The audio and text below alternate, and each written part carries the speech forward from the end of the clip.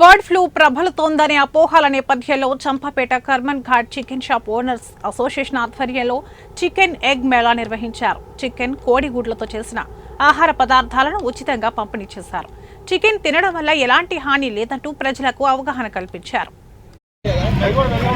చాలా మంది కొంచెం ట్రాఫిక్ ఇబ్బంది కొంచెం పక్కకు పెట్టుకోండి బండ్లు.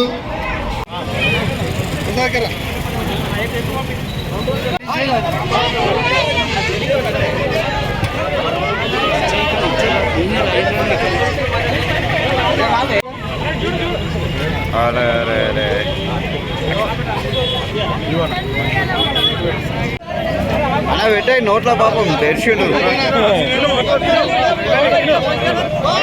ఈ ప్రోగ్రాం జరగడం జరిగింది.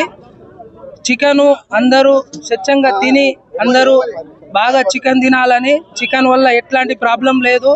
ఎక్కడనో జరిగిన ప్రోగ్రామ్ కు మన అంత మీడియా అంతా చేసి హల్చల్ చేసి అంత ఆగం చేసిరు. ఏది కాలేదు, మీరు స్వచ్ఛంగా చికెన్ తినండి, ఏం కాదు.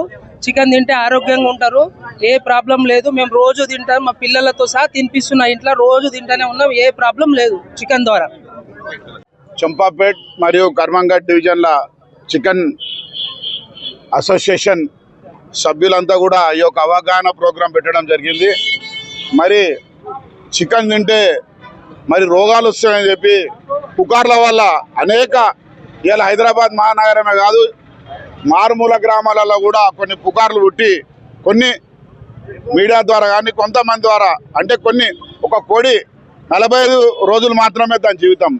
కాబట్టి జితేందర్ గారు చెప్పినట్టు 70% అది